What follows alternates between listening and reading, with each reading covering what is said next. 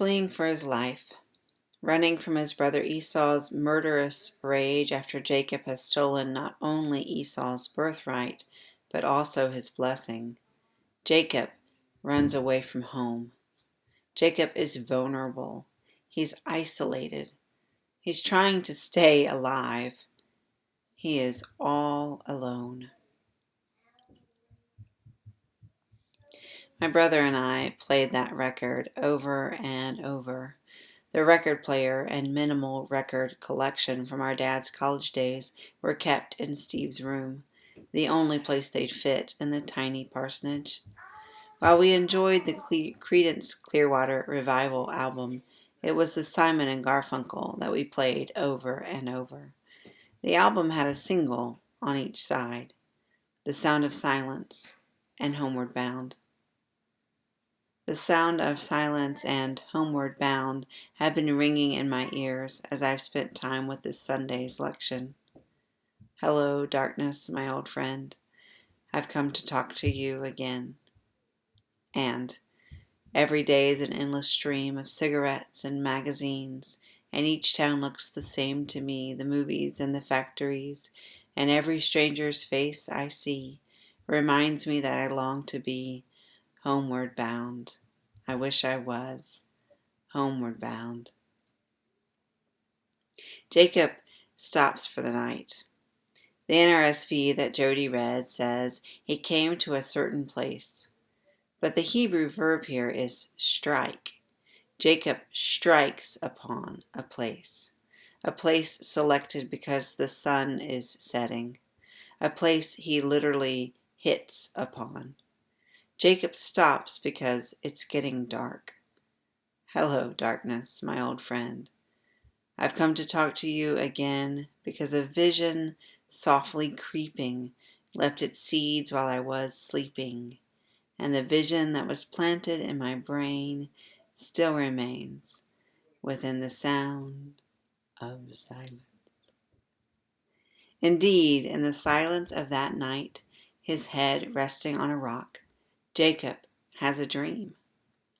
His vision fills with a ladder that reaches to heaven, and the ladder has messengers of God going up and down on it.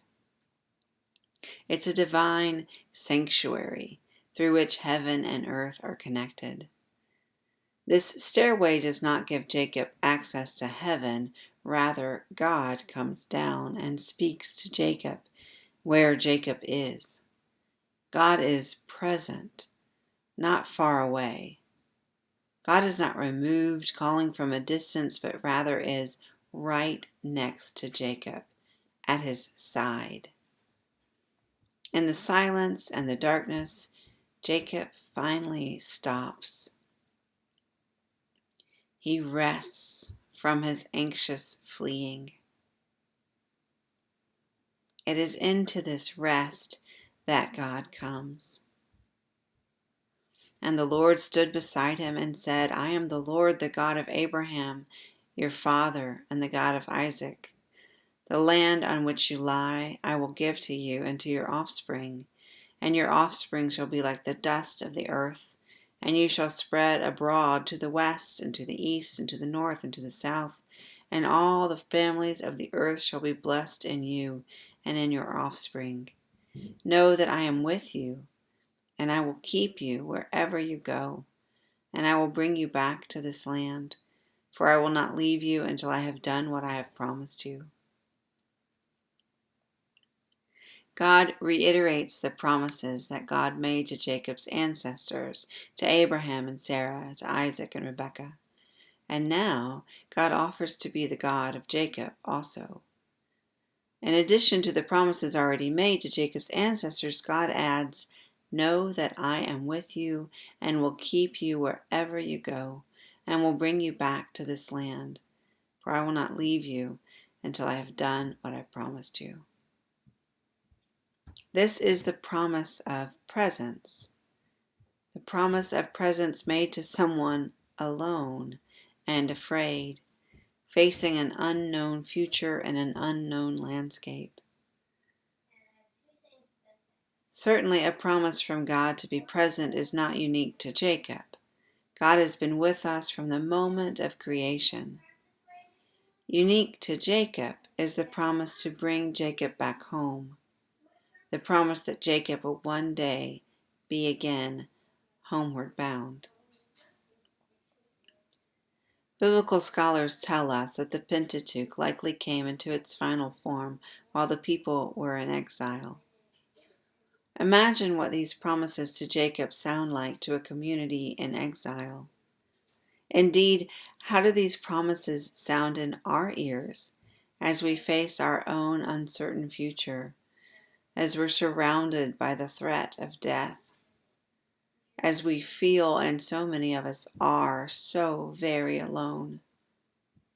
What might a promise that God will be with us and bring us back home, not home as a location for us, as we're at home, many of us almost exclusively at home for months and months, but home as a state of being, home as a mooring, a settled rest, like a child at home, as one of our favorite hymns at Covenant puts it. Jacob finds rest, and into this rest comes a dream, comes the promises. Into this rest, God's nearness is made known. Then Jacob woke from his sleep and said, "Surely the Lord is in this place, and I did not know it." And he was afraid and said, "How awesome is this place! This is none other than the house of God, and this is the gate of heaven." So Jacob rose early in the morning, and he took the stone that he had put under his head, and he set it up for a pillar, and he poured oil on top of it, and he called the place Bethel. Bethel means the house of God. This place, chosen because it was growing dark, this place that Jacob hit upon, struck. This place is the house of God. It is holy. This place contained God's presence, and Jacob did not even know it. And now that he knows, he builds an altar from his stone pillow, and he worships. When Jacob sets out once again, he does not go alone. He now has God as a traveling companion. Jacob is changed, yes, and it's worth noting that he's not transformed and then God joins him. He's not judged, convicted, repentant. He doesn't say a prayer. God says nothing about Jacob's treatment of his brother or father, and Jacob doesn't mention his behavior to God. God offers unconditional promises and unconditional presence. Jacob experiences divine presence, and Jacob is transformed. The place is transformed. The stone is transformed. The ordinary becomes extraordinary, holy through divine presence. God's presence breaks into fear, terror, loneliness. Jacob's dream of God's connection to the world has a transformative effect on the waking world. This pattern is repeated with other dreams and visions throughout the stories of the Bible, just as God appears again and again, not to royalty or priests, but to terrified refugees, to children, to those who face uncertain futures. God is present. We are all in Bethel, the house of God.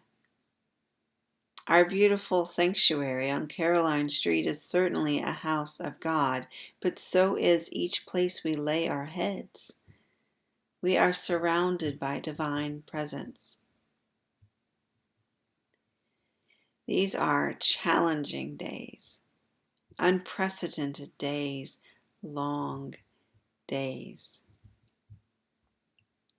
And I am grateful for each one of you. Thinking of your beautiful faces and hearing from you has been a boon to my most difficult moments. And I need a reminder that God is here, here where I am, and there where you are, that the divine is present. In her book, An Altar in the World, A Geography of Faith, retired Episcopalian priest Barbara Brown Taylor writes, "Earth is so thick with divine possibility that it is a wonder we can walk anywhere without cracking our shins on altars." Cracking our shins on altars. This makes me think of the verb selected for how Jacob found where to sleep as it grew dark. He cracked his shin. He struck it. I confess that I miss these altars more often than I would like. I can sing with Simon and Garfunkel in Homeward Bound that each town looks the same to me, but really it's each day. My days often blend one into the next. Could this relentless sameness of virus and death and poor leadership, of systemic racism, of fear and uncertainty, could it be changed by altars, by noticing the presence of God? When Jacob awoke from his dream, he acknowledged his experience. He acknowledged God's presence in a rather ordinary place.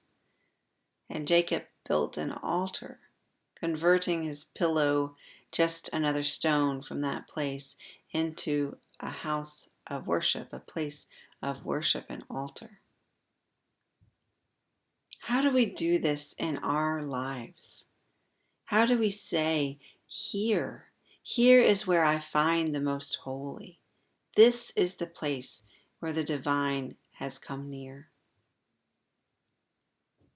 How do we mark our divine encounters? Divine mystery is here surrounding us. Take a deep breath, stare into space, say a prayer. Listen and listen some more. Paint, walk barefoot, dance, draw.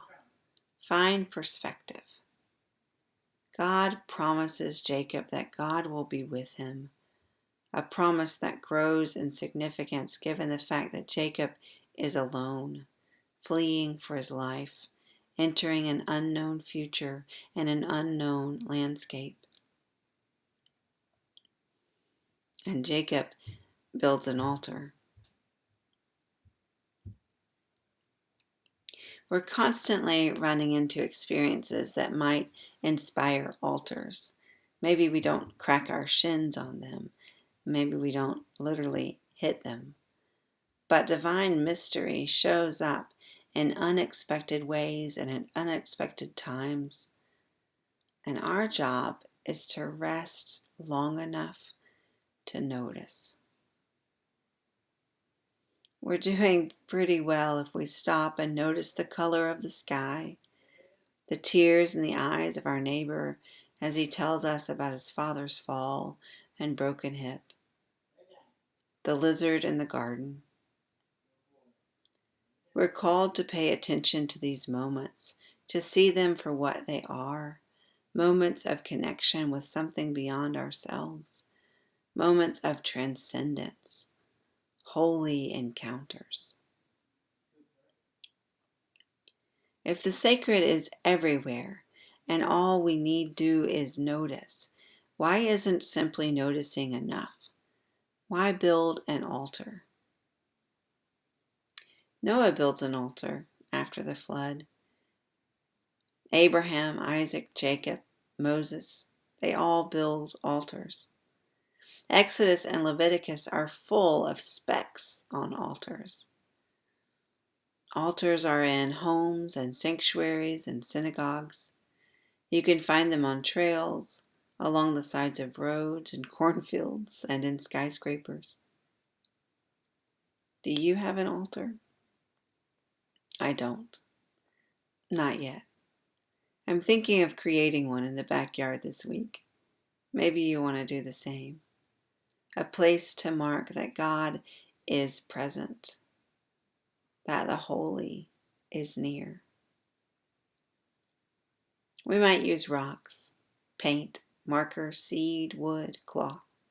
Really, anything can be used to create a physical altar to connect God's presence with an ordinary place, to remind ourselves that the holy is all around us, that everywhere is Beth-el, the house of God.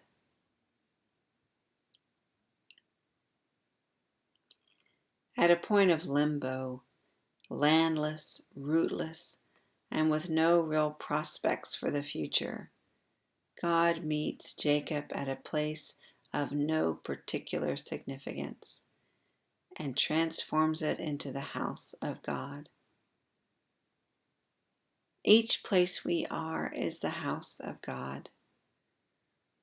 We are surrounded by divine presence. The holy is everywhere. Jacob rests from his anxious fleeing, and into this rest, God is made known. I pray we find the rest we need to notice the holy all around us. I pray we find the rest we need to notice the holy all around us, this day and every day. Amen.